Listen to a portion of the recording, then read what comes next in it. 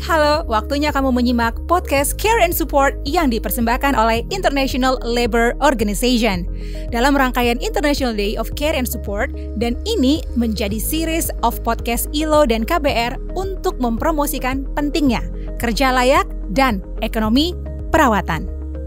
Akan ada beberapa topik tentang ekonomi perawatan yang akan berjalan sampai beberapa minggu ke depan, sesuai dengan 7 strategi prioritas peta jalan ekonomi perawatan yang disusun Kementerian Pemberdayaan Perempuan. Ada 4 yang akan kita bahas, antara lain layanan dan program pengasuhan anak atau daycare, kemudian ada penguatan layanan perawatan lansia, peningkatan akses terhadap cuti maternitas, lalu peningkatan keterlibatan laki-laki dalam perawatan termasuk cuti paternitas.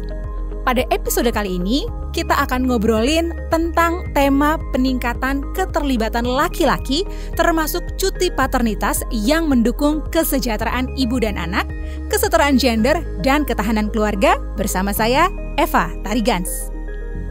Pengasuhan anak selama ini seringkali dianggap sebagai tanggung jawab perempuan.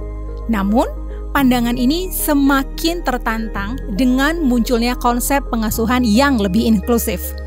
Keterlibatan aktif para ayah dalam pengasuhan anak tidak hanya penting untuk kesejahteraan keluarga, tapi juga berkontribusi terhadap tercapainya kesetaraan gender. Salah satu cara untuk mendorong keterlibatan ayah adalah melalui kebijakan cuti paternitas. Cuti paternitas memungkinkan para ayah untuk secara aktif terlibat dalam merawat bayi yang baru lahir, membangun ikatan yang kuat dengan anak, dan memberikan dukungan kepada pasangannya. Di Indonesia, meski istilah cuti ayah atau cuti paternitas ini belum terlalu populer, namun Undang-Undang Ketenagakerjaan sebenarnya telah mengatur dalam pasal 93 ayat 2 yang memberikan kewajiban para pengusaha untuk tetap membayar upah bagi pekerja yang tidak masuk bekerja karena istrinya melahirkan atau keguguran kandungan selama 2 hari. Namun, dalam penerapannya, cuti paternitas ini masih menghadapi banyak tantangan. Apa saja sih dan bagaimana mengatasinya? Lebih lanjut, kita akan berbincang dengan narasumber kita, Bapak Wawan Suwandi, selaku Koordinator Nasional Aliansi Laki-Laki Baru. Halo Pak, selamat pagi. Halo Mbak Eva, selamat pagi. Oke, ini obrolannya ini adalah sebenarnya topik yang benar-benar banyak orang harus tahu nih. Edukasinya harus kencang banget nih, karena orang selalu menganggap kalau soal sudah melahirkan, merawat anak itu adalah urusan ibu. Ya. Padahal ini kerja kelompok sebenarnya gitu ya Pak ya. Mestinya begitu ya. Nah, kalau kita kembali lagi mengacu pada Undang-Undang Ketenagakerjaan 2003 tadi, ada cuti menemani istri melahirkan selama 2 hari. Nih, menurut Bapak sendiri, bagaimana sih pandangannya tentang cuti menemani istri melahirkan ini? Apakah ini sebenarnya sama nggak sih dengan cuti paternitas sebagai ayah? Ya, cuti menemani istri melahirkan, kalau dalam konteks sama atau tidak, mestinya dipandang sebagai sebuah saling mendukung satu sama lain ya. Karena dengan kehadiran suami ketika istri atau proses bahkan pasca melahirkan, tentu itu akan lebih memudahkan, terutama dalam hal ini ya, urusan yang rempong-rempong itu ya. Benar. Jadi menurut saya sangat penting sekali cuti suami ketika menemani istri untuk ketika proses melahirkan itu. Nah, tapi kalau dihitung dari jumlahnya, menurut saya sangat kurang ya. Jadi kita bisa bayangkan ya. Ketika masuk ke rumah sakit itu kan sehari sebelum proses melahirkan itu udah 1 hari. Betul. Kemudian istri melahirkan, di hari berikutnya itu sudah 2 hari. Lalu apakah besok akan ditinggal? Nah, jadi maksud saya dalam konteks jumlah cutinya saja mestinya lebih dari itu. Mengingat ketika pasangan melahirkan, itu beban tanggung jawabnya tidak atau bukan hanya di istri saja. Itulah kenapa kemudian penting sekali ada yang disebut dengan keterlibatan laki-laki dalam urusan domestik, diantaranya proses menemani istri melahirkan itu, gitu Mbak Eva. Tapi kalau saya sih sendiri setuju ya Pak, sebenarnya kalau 2 hari itu kayaknya kurang karena belum lagi recovery dan segala macam. Tapi apakah mungkin karena tidak terlalu sampai edukasi ini, itu yang mengakibatkan menurut Bapak cuti paternitas ini kayak kurang populer dibandingkan cuti melahirkan di Indonesia? Apakah itu ada salah satu penyebabnya atau mungkin seperti apa? Kurang populer karena masalah budaya ya. Kita tahu Indonesia masih menjadi salah satu negara yang mempraktikkan norma gender tradisional, di mana urusan domestik salah satunya urusan anak itu hanya dibebankan kepada perempuan. Pada akhirnya termasuk termasuk cuti melahirkan tidak populer di kalangan laki-laki karena lagi-lagi beranggapan ini domainnya atau areanya perempuan. Nah, jadi menurut saya perlu ada terobosan, terutama di investasi di bidang pendidikan, kalau boleh bilang begitu, dengan menginformasikan bahwa beban domestik juga bagian dari kewajibannya laki-laki. Makanya kemudian kita atau kelompok yang pro kepada keterlibatan laki-laki tidak menggunakan istilah suami bantu istri, karena istilah bantu hanya kalau mau saja, kalau sesempatnya saja gitu. Tapi kita menggunakan istilah keterlibatan laki-laki dalam berbagi beban domestik. Karena keterlibatan ini jauh lebih aktif dan inisiatif sifatnya ketimbang bantu ya, kalau lagi mood dia bantu, kalau lagi enggak ya, atau sekalipun bantu sekedarnya saja, namanya juga bantu. Nah makanya cuti ayah ini penting sekali dipopulerkan, termasuk break stigma pada laki-laki yang memilih untuk terlibat dalam beban domestik. Di antaranya salah satunya yaitu menemani istri atau mengambil cuti istri melahirkan. Sebagian laki-laki merasa bahwa laki-laki yang terlibat dalam urusan domestik itu seperti laki-laki yang takut pada pasangan gitu. Atau istilah lain, runtuh maskulinitasnya. Kalau kita ngomongin toxic masculinity ya. Karena sebagian laki-laki yang memilih tidak terlibat dalam beban domestik biasanya ada ketakutan dia distigma sebagai bukan laki-laki sejati karena melakukan pekerjaan yang tidak maco menurut mereka. Padahal sebetulnya pekerjaan domestik luar biasa banting tulang ya. Bayangkan saja dari perempuan itu, dia orang yang tidur paling akhir, bangun paling awal. Jam biologisnya seperti itu. Belum lagi kalau misalnya dia punya anak, ya tengah malam. Jadi kalau yang sudah punya anak akan ngalamin, ada masanya itu usia 0 sampai 6 bulan, malam dia begadang, siang dia tidur gitu. Dan akibatnya kalau ayah tidak terlibat tidak mendapatkan cuti, kemungkinan kasus kita bisa belajar dari kasus salah satu maskapai penerbangan yang pilotnya dua-duanya ketiduran. Iya, pernah itu viral akhirnya banget lewat. Benar. Karena co-pilotnya saat itu beralasan ya memang menjadi tugas dia, mestinya dia tidak tidur, tapi dia karena kelelahan lantaran ngurus anaknya yang lahiran kembar itu. Ya, dan tidak ada kebijakan cuti, akhirnya ya dia ketiduran dan itu membahayakan. Betul. Membahayakan sekali. Jadi dampak dari ayah tidak mengambil cuti atau misal tidak ada kebijakan cuti buat ayah, dampaknya cukup luar biasa. Termasuk misal etos kerja atau energi yang menurun, mood yang rusak akibat begadang lantaran ayah yang terlibat dalam pengasuhan, begadang, tapi kemudian siangnya dia harus tetap kerja lantaran tidak ada kebijakan cuti. Nah, pada akhirnya kan perusahaan juga yang berhadapan dengan karyawan yang mengalami mood yang tidak baik, kemudian kinerjanya menurun dan hal-hal lain. Mungkin kesehatan mentalnya juga rusak kali ya. Kurang lebih begitu. Jadi ada banyak sebenarnya efek-efek dominonya dari sebenarnya kurangnya cuti tadi itu ya. Karena cuma 2 hari ya Pak ya.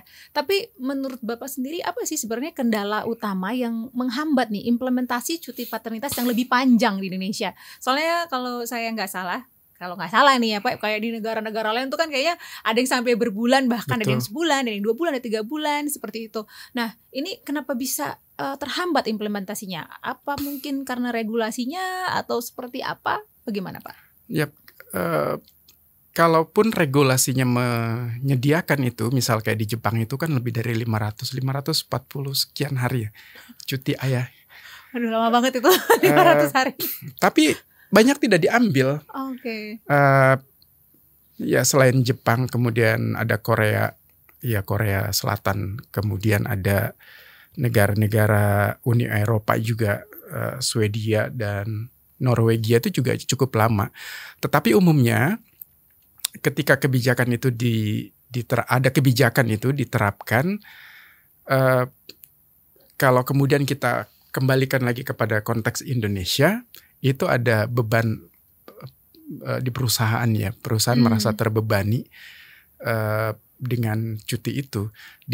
Selain soal kebijakan yang masih belum bersahabat, kebijakan cuti ayah belum bersahabat di Indonesia, juga ada realitas di mana sebagian ayah yang misal kalau berkaca pada negara-negara yang menerapkan kebijakan cuti ayah cukup panjang, itu tidak diambilannya sedikit. Alasannya tidak diambil biasanya ada kekhawatiran mempengaruhi karir. Pokoknya ada kekhawatiran masa depan dia di tempatnya bekerja, makanya lebih memilih tidak diambil. Nah, maka dari itu ketika ada sebuah kebijakan, maka ada sebuah jaminan ketika ini pun diambil full tidak apa-apa gitu, atau boleh fleksibel. Misal dalam sekian hari boleh diambil, lalu ternyata saatnya dia kayaknya di rumah sedang ada yang bisa bantu. Misalnya kan kalau di Indonesia itu persaudaraannya masih banyak ya. Kalau melahirkan orang tua datang, kalau masih punya orang tua saudara datang dan sebagainya. Nah kalau misalnya memungkinkan itu dia masuk kerja ya dia masuk kerja. Jadi maksudnya ada kebijakan yang fleksibel sehingga selain ada jaminan bahwa karirnya tidak akan terancam karena mengambil cuti, juga ada kefleksibelan tersebut. Dia boleh masuk dan kalau misalnya nanti mau cuti lagi, okay, tidak masalah. Hal lain, kendala lain tentu saja soal budaya ya. Tadi saya sudah menyinggung budaya patriarki itu bukan cuma dihayati oleh laki-laki, tetapi juga oleh sebagian perempuan. Karena kan ketika kita lahir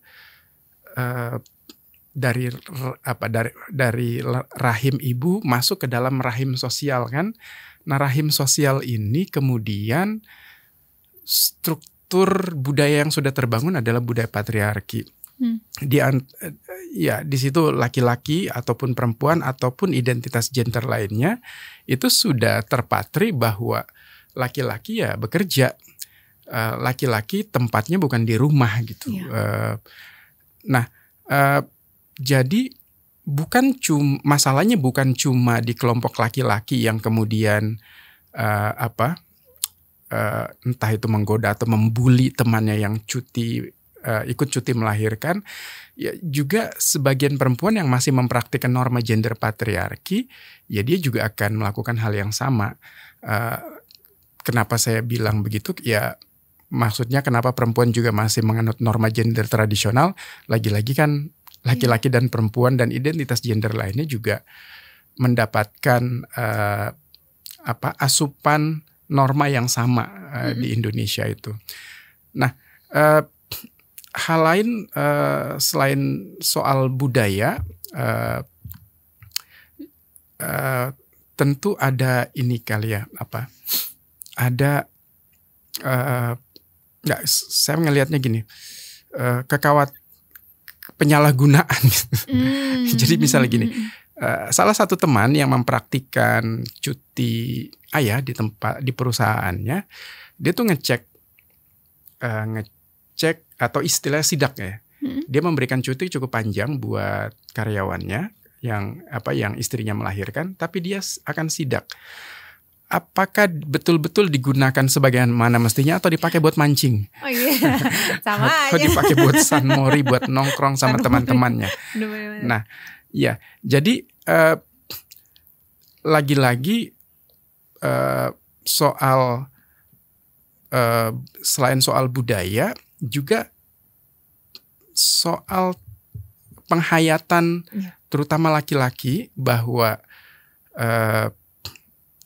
di rumah aja nemenin istri, kemudian merawat anak yang baru lahir itu membosankan gitu. Nah, penghayatan norma gender tradisional kemudian semakin berkontribusi pada pada perspektifnya bahwa ya mumpung lagi di rumah ya ngapain gitu, maksudnya dia melakukan hal lain selain melakukan pekerjaan-pekerjaan yang mestinya dihandle, yang biasa kalau mereka misal mempraktikkan norma gender tradisional, suaminya bekerja, istrinya di rumah, ya karena istri sedang proses persalinan ya mestinya dia melakukan pekerjaan-pekerjaan domestik kan.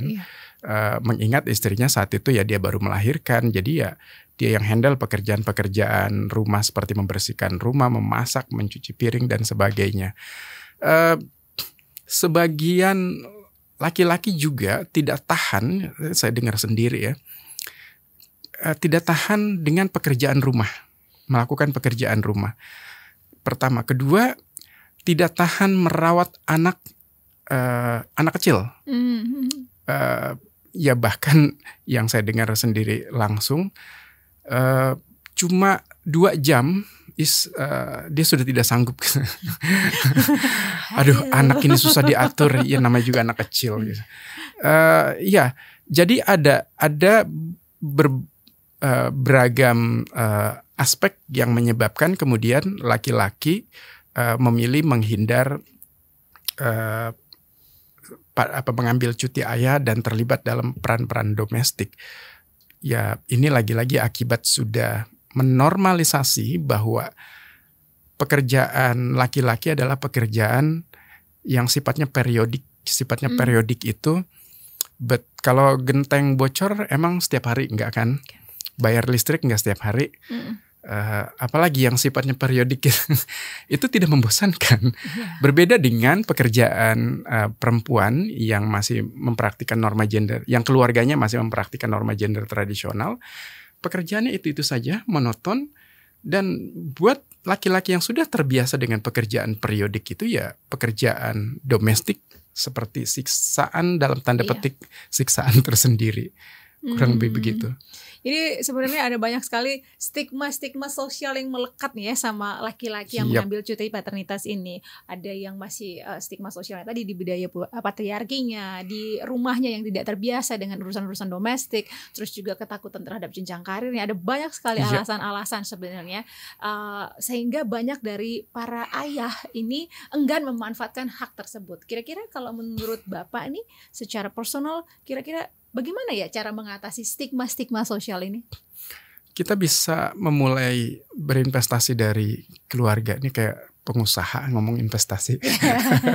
Investasi masa depan untuk keluarga yang lebih bahagia. Kita bisa memulai dari keluarga dengan menormalisasi pekerjaan domestik. Tidak ada pembagian peran. Kalau punya anak laki-laki ya libatkan pekerjaan-pekerjaan domestik. Tidak membuat itu menjadi sesuatu yang aneh. Kalau ada anak perempuan, ajak juga dia misal membetulkan perkakas rumah, misal kalau kita mau renovasi ikut ngecat rumah atau apalah gitu. Jadi kita bisa memulai dari rumah untuk menghentikan yang namanya pembagian peran gender yang baku itu.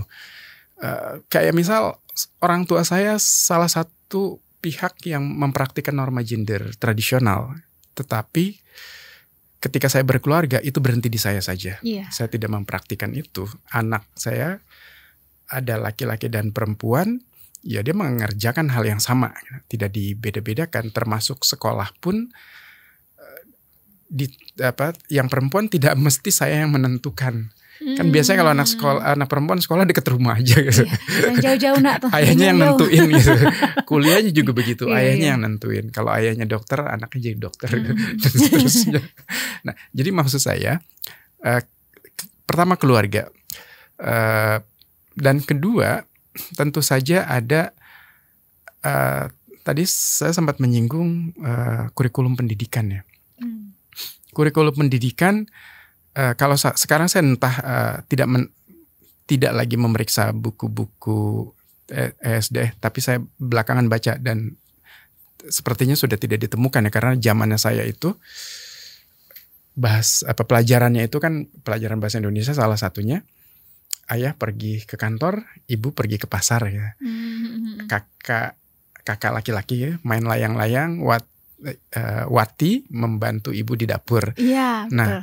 Nah, yang seperti itu semoga sudah tidak ada lagi. Tetapi kemudian entah kalau dalam relasi antara guru dengan murid apakah ada tetap dipraktikkan atau tidak. Tetapi maksud saya gini, kalau pendidikan sudah menormalisasi berbagi beban domestik, termasuk misalnya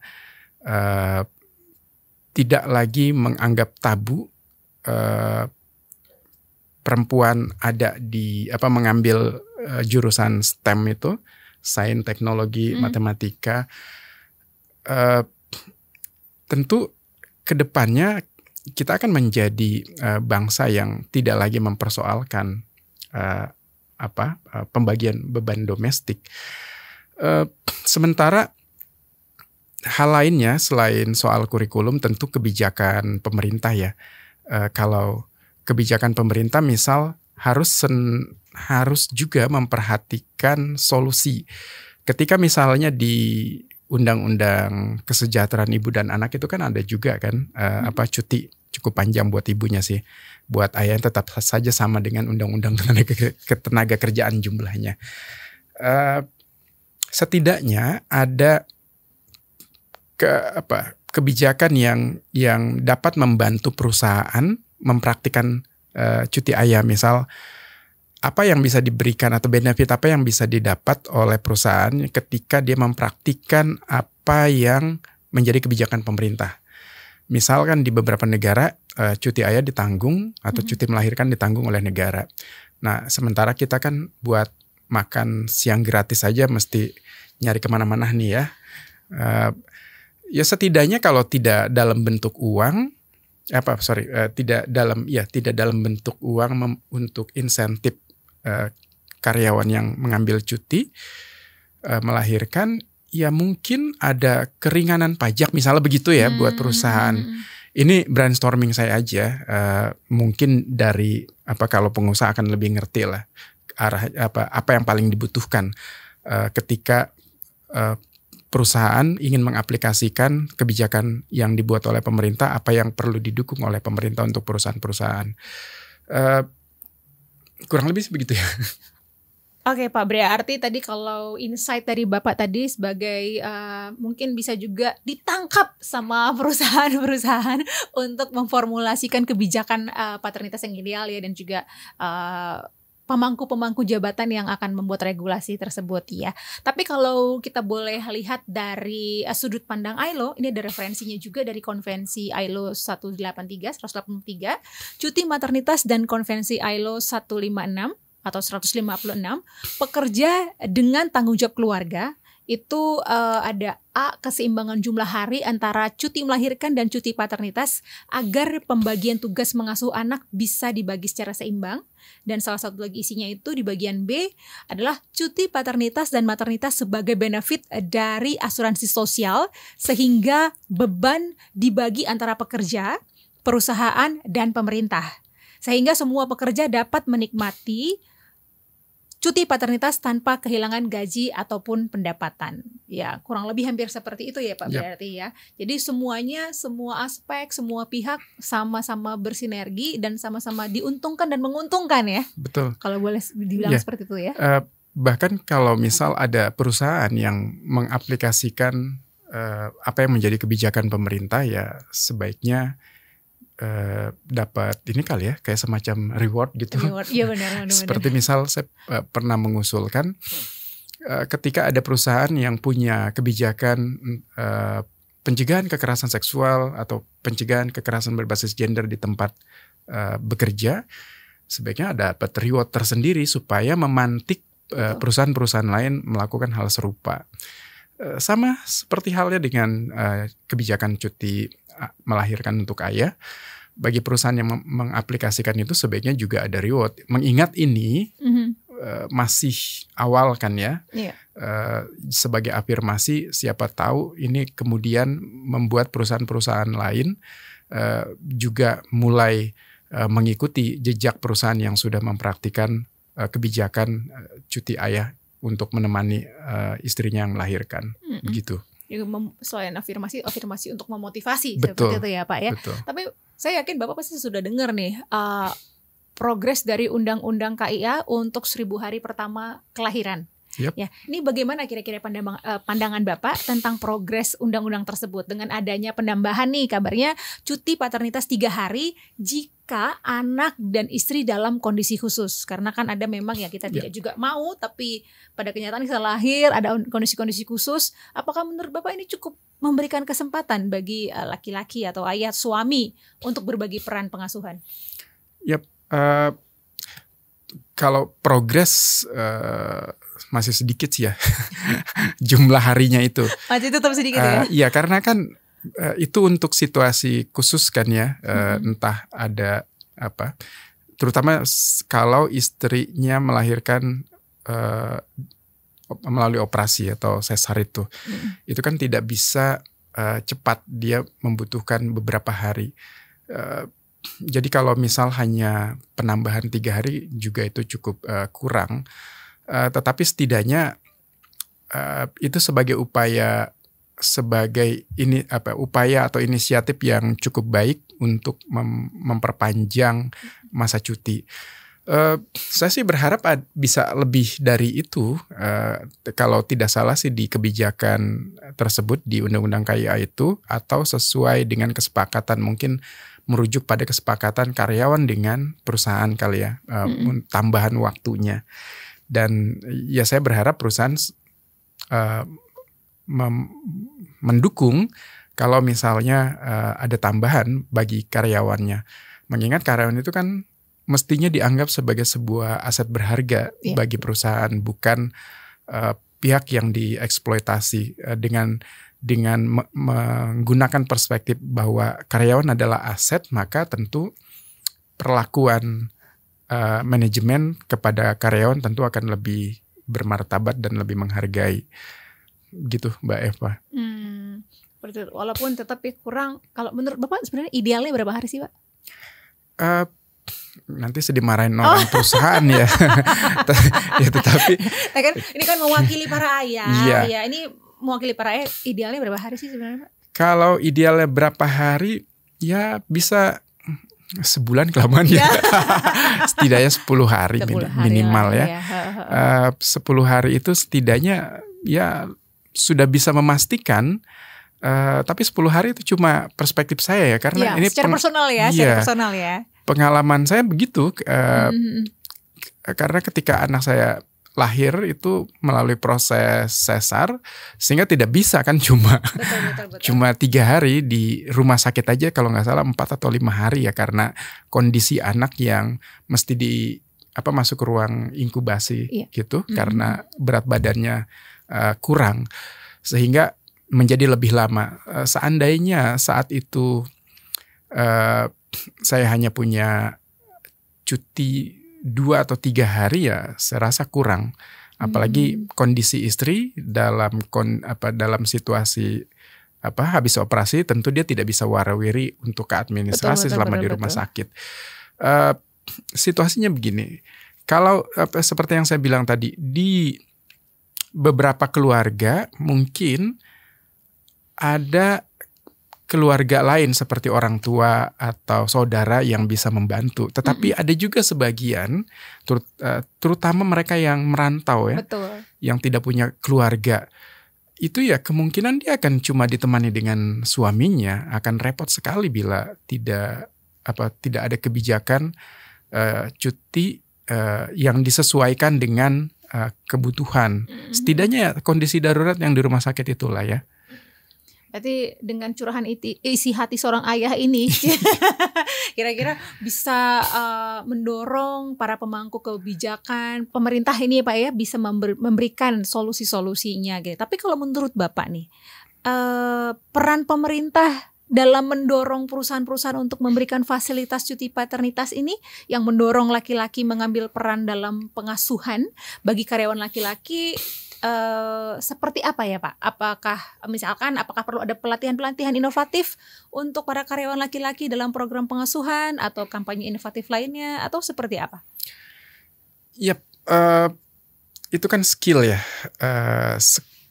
terkait dengan pengasuhan itu skill. Tetapi sebelum ke situ sebaiknya atau dibarengin. Kalau mau melakukan pelatihan sebaiknya ada juga terkait dengan perspektif. Karena kalau seseorang punya skill mengganti popok, punya skill mandiin bayi, menggendong, menyusui pakai botol, karena laki-laki nggak bisa nyusuin dari langsung kan ya. Iya, betul. Tetapi kalau perspektifnya masih mikir itu urusan perempuan, itu tidak akan dilakukan. Itu hanya sebatas menjadi sebuah skill semata. Nah, jadi penting sekali mengikut sertakan perbaikan atau mentransformasi perspektif dari yang tadinya menganggap pekerjaan domestik hanya tugas perempuan saja, kita transformasi bahwa itu juga menjadi bagian dari tanggung jawab laki-laki. Nah, setelah itu diiringi dengan skill-skill pengasuhan. Saya rasa berjalin kelindan antara pembuat kebijakan dengan perusahaan dan juga karyawan sebagai penerima manfaat. Bila pembuat kebijakan perspektifnya masih menganggap urusan anak itu hanya untuk urusan perempuan, maka upaya perjuangan para pengambil kebijakan itu ya rasanya masih setengah hati, lantaran mereka juga masih berperspektif anak itu urusan perempuan. Nah, berbeda bila mereka punya perspektif bahwa anak ini juga menjadi bagian dari tanggung jawab laki-laki.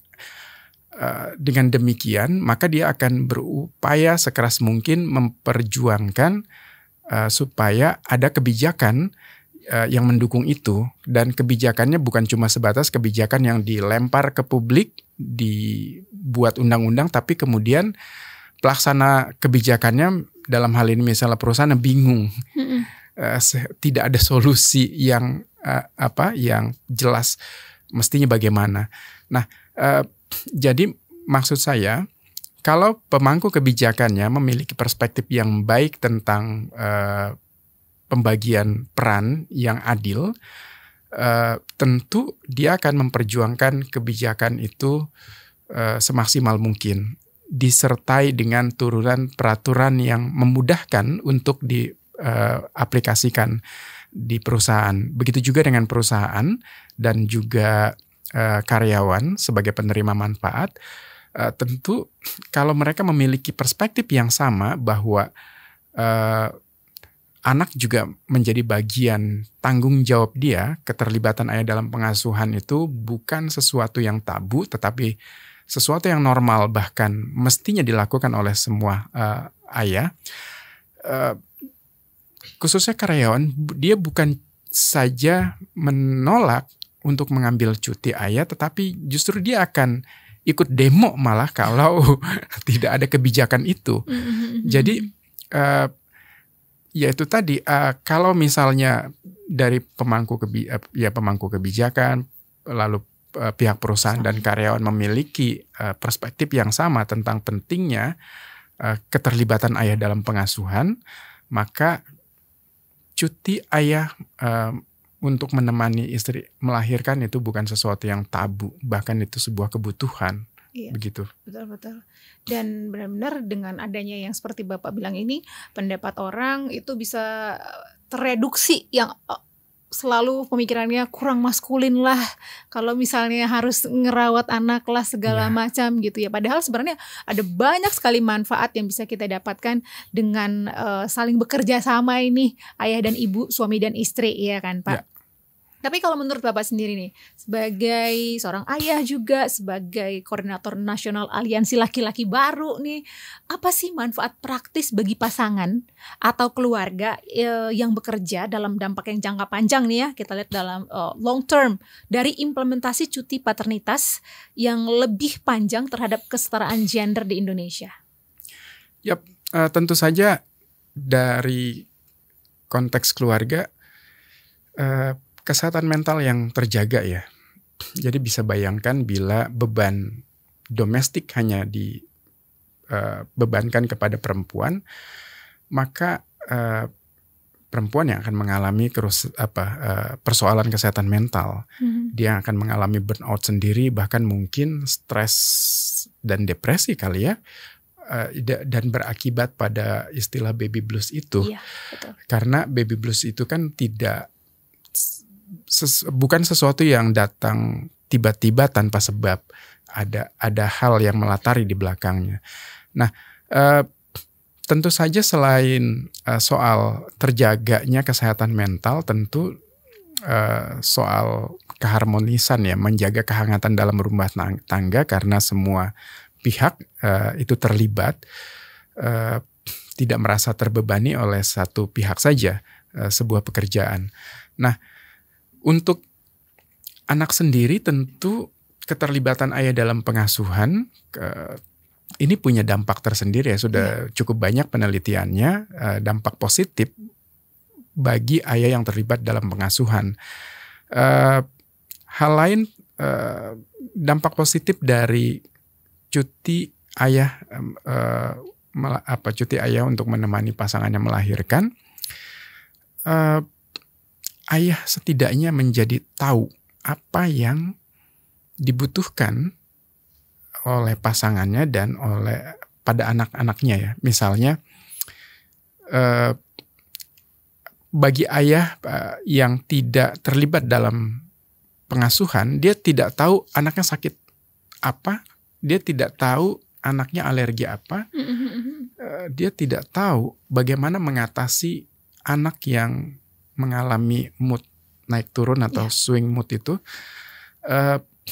bahkan dia tidak tahu anaknya punya masalah apa gitu, karena dia jauh secara emosi dan juga kedekatan dengan anaknya.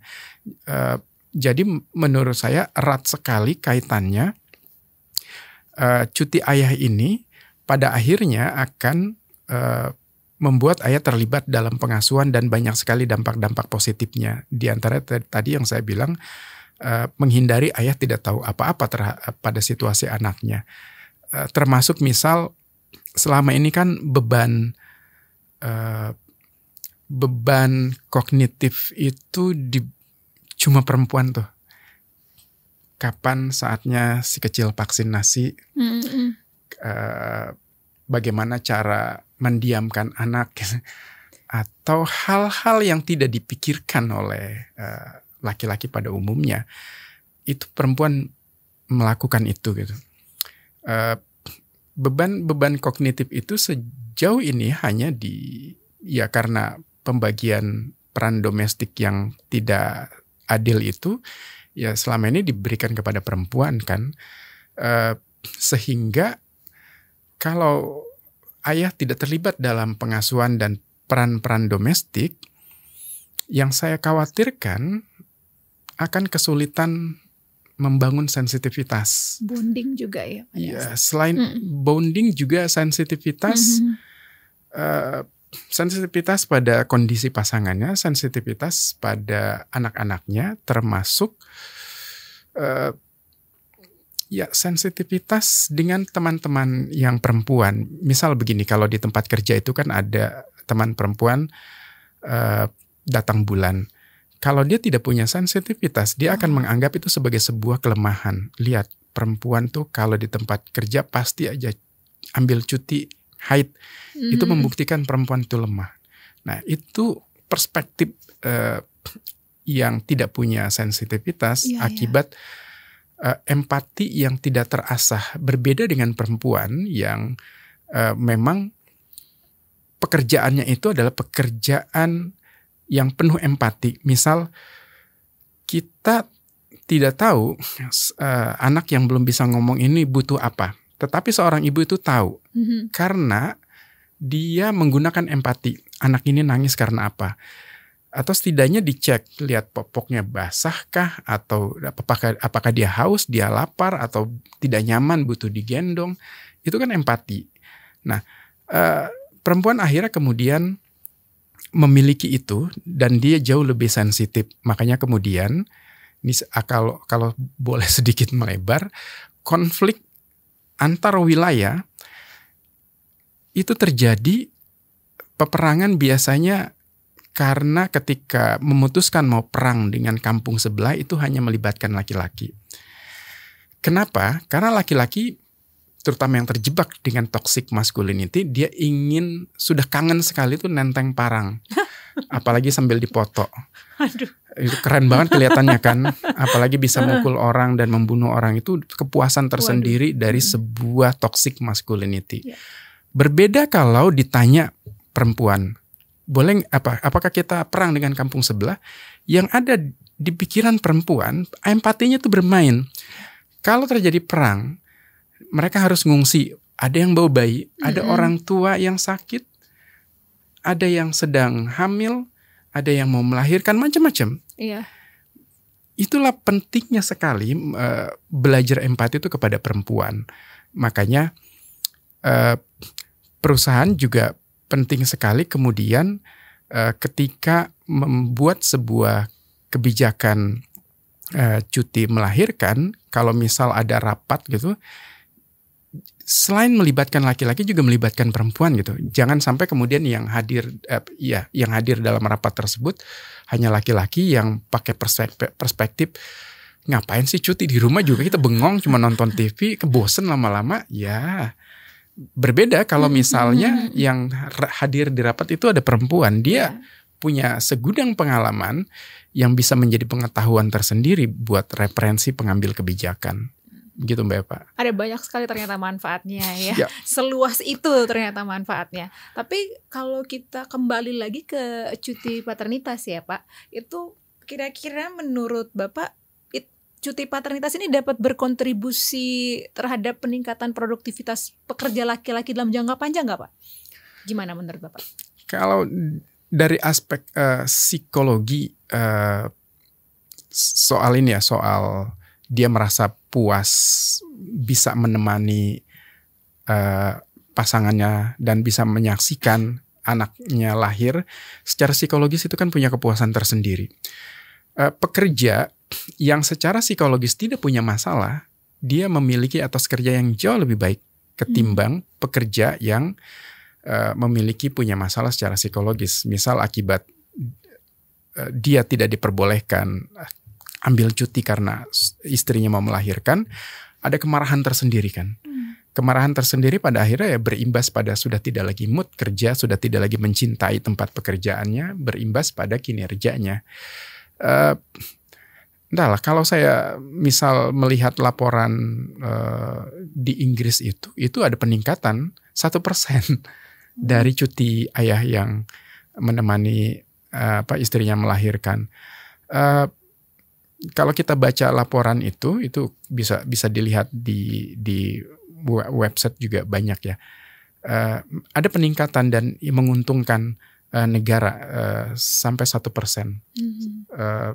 Cuma saya belum ketemu bagaimana logiknya itu bisa terjadi. Tetapi setidaknya laporannya begitu kalau di Inggris.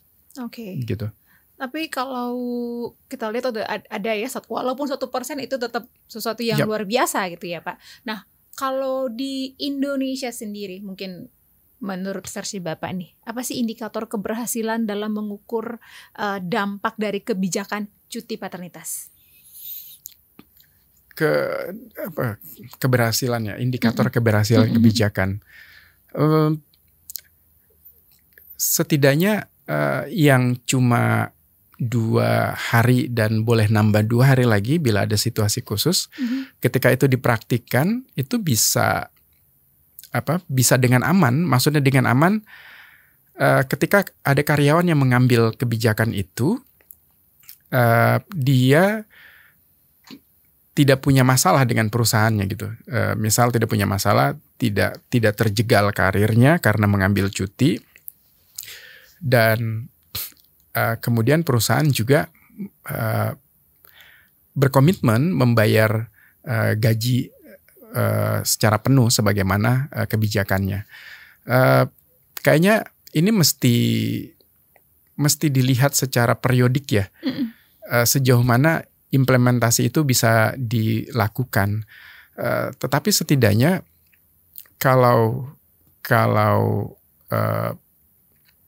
keberhasilannya ini perlu riset. Misal dimulai dari ayah yang menemani pasangannya melahirkan, lalu kemudian dia juga terlibat dalam proses pengasuhan. Menurut saya itu salah satu indikasi yang berhasil ya, karena tidak sebatas poinnya kan sebetulnya bukan ada sebatas seseorang itu bisa atau boleh ambil cuti, bukan di situ. Itu sebagai sarana. Sementara tujuan utamanya adalah ayah menemani pasangannya dalam proses melahirkan.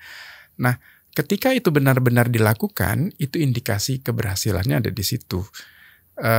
Jangan sampai seperti yang saya bilang tadi, justru cuti ayah malah dipakai buat mancing, dipakai buat touring. San Mori. Seperti itu ya.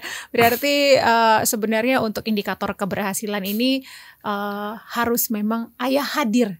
Betul. Ayah hadir dalam keluarga, ayah hadir dan memang mengasihi anak itu bukan hanya tugas ibu, tugas ayah, memang tugas kerja kelompok istilahnya. Dan ini untuk indikator keberhasilan pun mungkin akan terus dievaluasi secara periodik seperti Bapak bilang tadi, betul. Ya. Tidak ada satu indikator konstan harus begini harus begitu, tapi harus terus dievaluasi secara periodik seperti itu ya.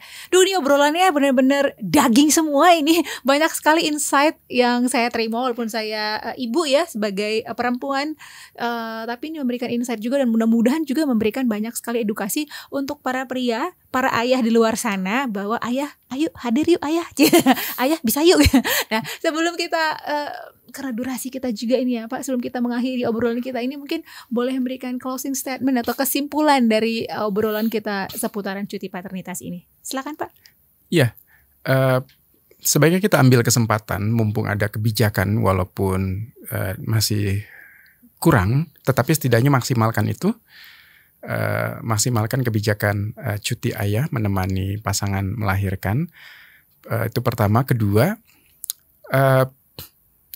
kita para ayah ini kan kerja banting tulang setiap saat itu untuk keluarga kan.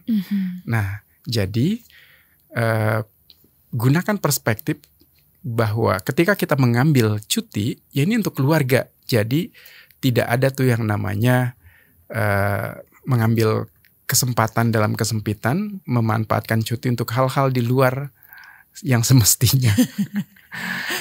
Jadi jangan sampai kita menjadi ayah yang ketika kita pulang ke rumah yang tadinya anak main dengan gembira, begitu ayah datang dia ketakutan, diam. Kita tidak inginkan menjadi ayah yang menakutkan bagi anak-anak.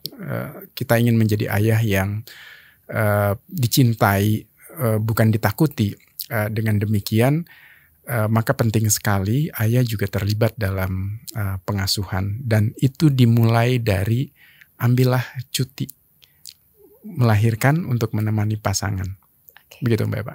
Terima kasih sekali Pak untuk banyak sekali edukasinya hari ini, dan mudah-mudahan ilmu yang tadi kita sudah dapatkan bisa kita terapkan di rumah tangga kita ataupun bisa kita share ke orang-orang yang membutuhkan.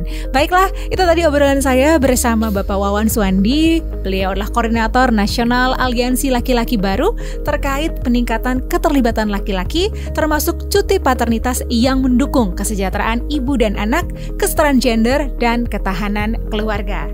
Terima kasih sudah menyimak podcast Care and Support yang dipersembahkan oleh International Labour Organization. Dan untuk Anda, apabila ada ide dan masukan, silahkan kirim ke email podcast@kbrprime.id dan tulis di bagian subjek podcast Care and Support. Bisa mengikuti podcast yang cocok untuk Curious Minds untuk kamu di www.kbrprime.id atau platform mendengarkan podcast lainnya. Sampai jumpa di episode selanjutnya. Saya Eva Trigans pamit. Salam.